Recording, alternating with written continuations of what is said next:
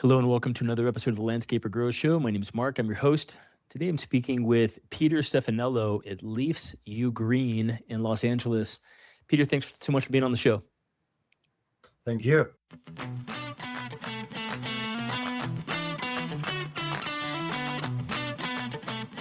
Yeah, so been chatting here for a few minutes before the show. I'd love to start just by hearing what services you provide for your customers there in Los Angeles.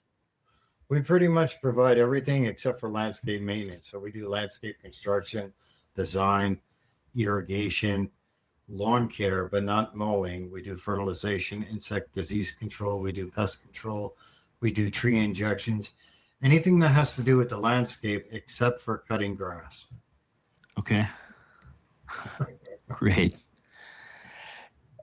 And I'm curious about that piece. I'm always kind of intrigued by, talking with landscapers. A lot of them kind of started with the maintenance piece, kind of mowing, and then they've moved to project work and or hardscaping. Some, stopped doing the maintenance work altogether. It sounds like you have, or I don't know if you ever did any maintenance work.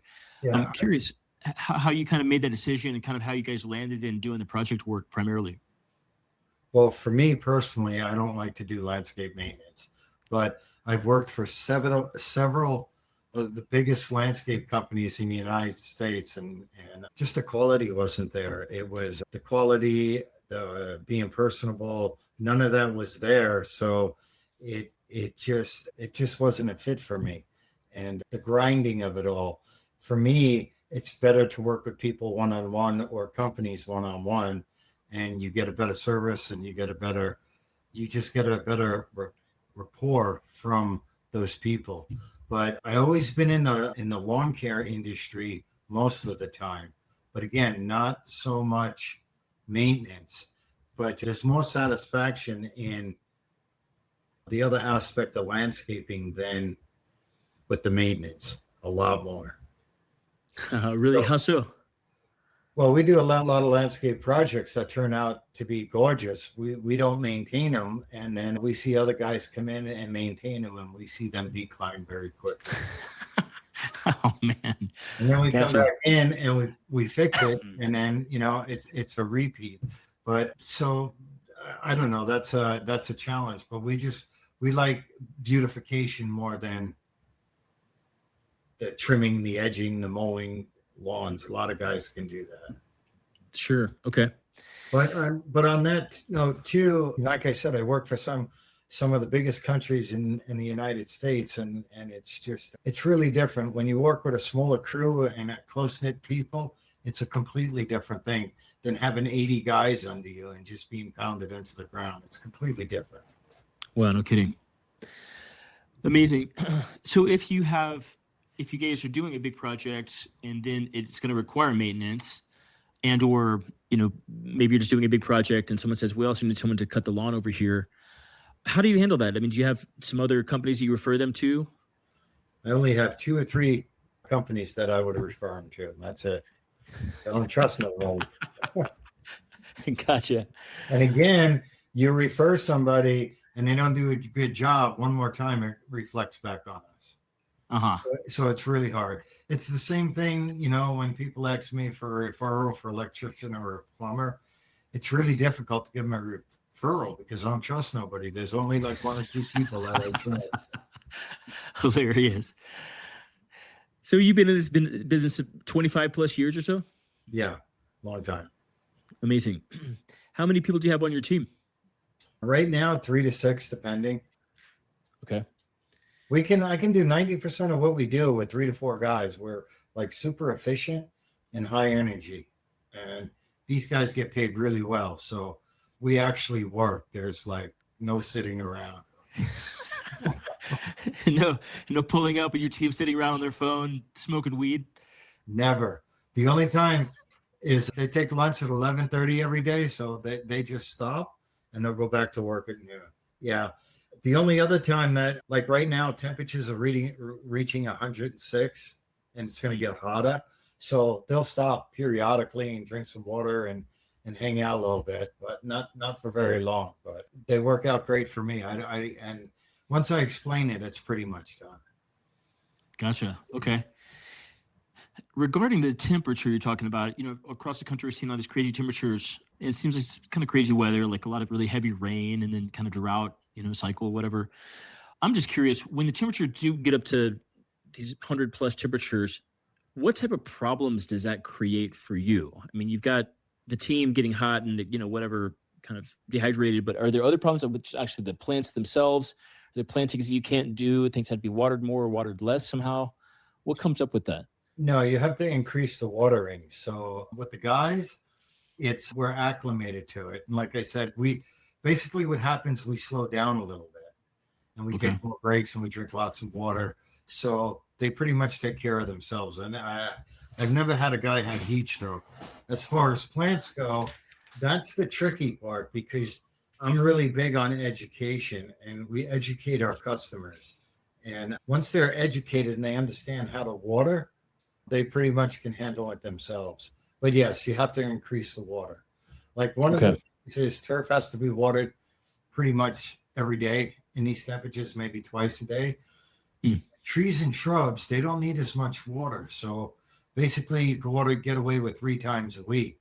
And what I tell people is instead of increasing the run time, you want to increase the water days. The run time's Oh, always okay.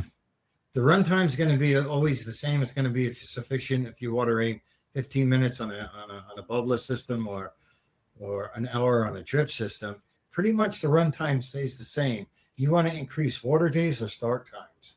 So Okay. the educational part of that is what's key. Okay.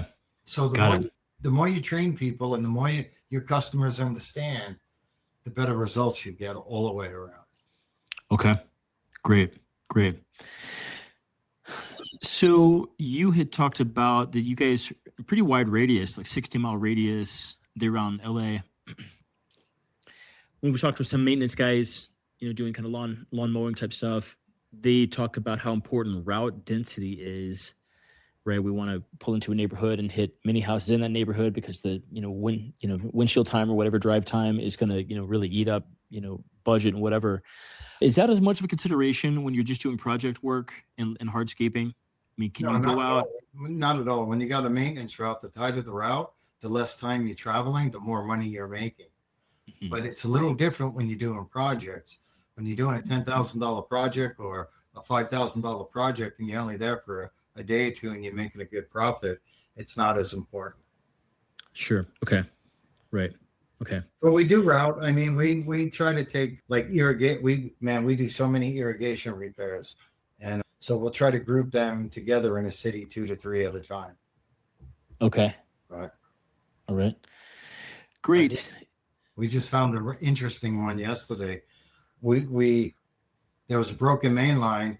Took us 7.5 hours to find it from digging, and we found it underneath the building. Oh, there you go. And we lost. Yeah. We it was 2 feet in and 4 feet deep underneath the building. The line was put in 1963. Oh man. Took you guys 7 hours to find it? 7.5 hours. Yeah, we had to cut asphalt. We had to remove part of the road, and we just kept following the water. Were you out there with your dowsing rod and? No. Okay. They just dug like machines. Right, gotcha. So the maintenance, as far as maintenance goes, yeah, density is important if you're focusing on maintenance because it all comes down to a certain dollar amount that you need to hit per month. Uh-huh. So you got a 3-man crew. If you got a 5-day-a-week route, your goal might be 13,000 a month or 14,000 a month. So it's critical that you hit that mark. Okay. To turn a profit. Gotcha. We had another guest on who was talking about an interesting phenomenon. I was curious to get your take on this. Have you found that it's easier to sell, say, a $60,000 or an $80,000 landscaping job than it is a $5,000 or $10,000 one? No, it's the same. It doesn't matter. It's the same? Okay. It's the same. So you for me, do you really want to know what the secret is? Absolutely. I just told you a few minutes ago. It's education.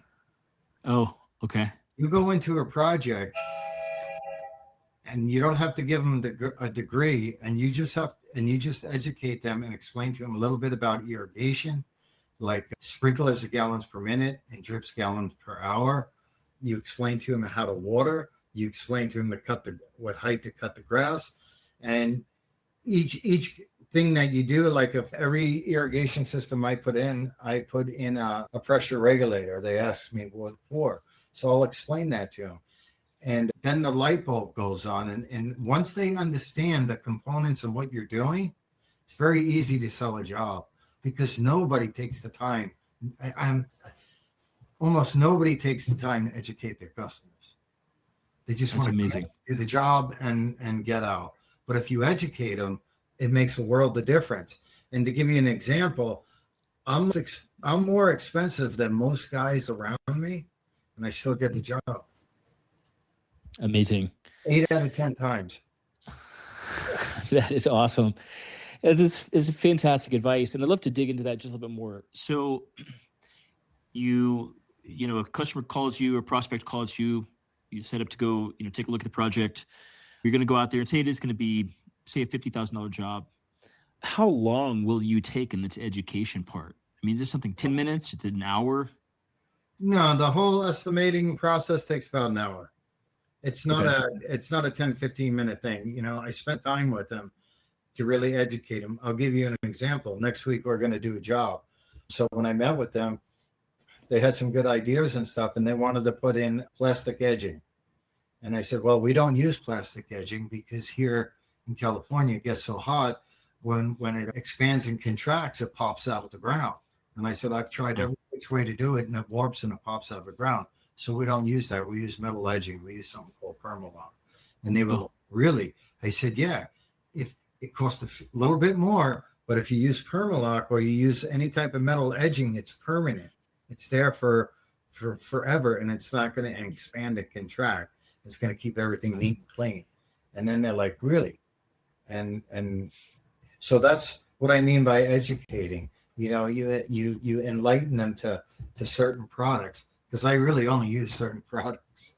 That's fantastic. Great. So well, Peter, there's a reason for everything. They I'll just say real quick. They wanted to put gopher mesh down, then we changed everything, and they're like, well, why do we need gopher mesh in they're going to do a gravel area with raised planters? I said, the same thing's going to happen. We included the gopher mesh through the whole yard. So if you don't do it on this half, you're going to get the same result. The gophers are going to come right up through the weed barrier, and you're going to have mounds and all your gravel. It's going to be, and they were like, well, that makes sense. Okay. No kidding. Why not? Yeah. If you're only going to do half, you're still going to have the same result on the other half. So really, it's an education problem. It's a education process. Gotcha. Believe it or not, that sells a lot of work. That's great. I don't know what it's about me, but I have customers now that I've had for 10 years. I have a lot of customers that became friends. It's really interesting. Yeah. Well, I can tell that you guys are doing incredible work. I mean, you guys have got over 100 5-star reviews on your Google business profile, right? I'm taking a look at it right now, and, thorough, honest, knowledgeable landscaper offering lawn care and irrigation systems. I love it. Plus hardscape design. Fantastic. Well, Peter, if folks are in the Los Angeles area and looking for a great landscaping company to work with, hardscaping company, irrigation, what are the best ways to get in touch with you guys? Our website, leavesyougreen.com. Great. Well, fantastic. Yeah, they've got a nice site, a lot of great photos of their work. And that's Leafs, like Leafs, and then the letter U, green, leafsyougreen.com. Yeah. Fantastic, Peter. Well, thank you so much for coming on the show today, taking time out of your valuable schedule and enlightening our audience here on what you guys are up to. Really appreciate it. All right. Thank you.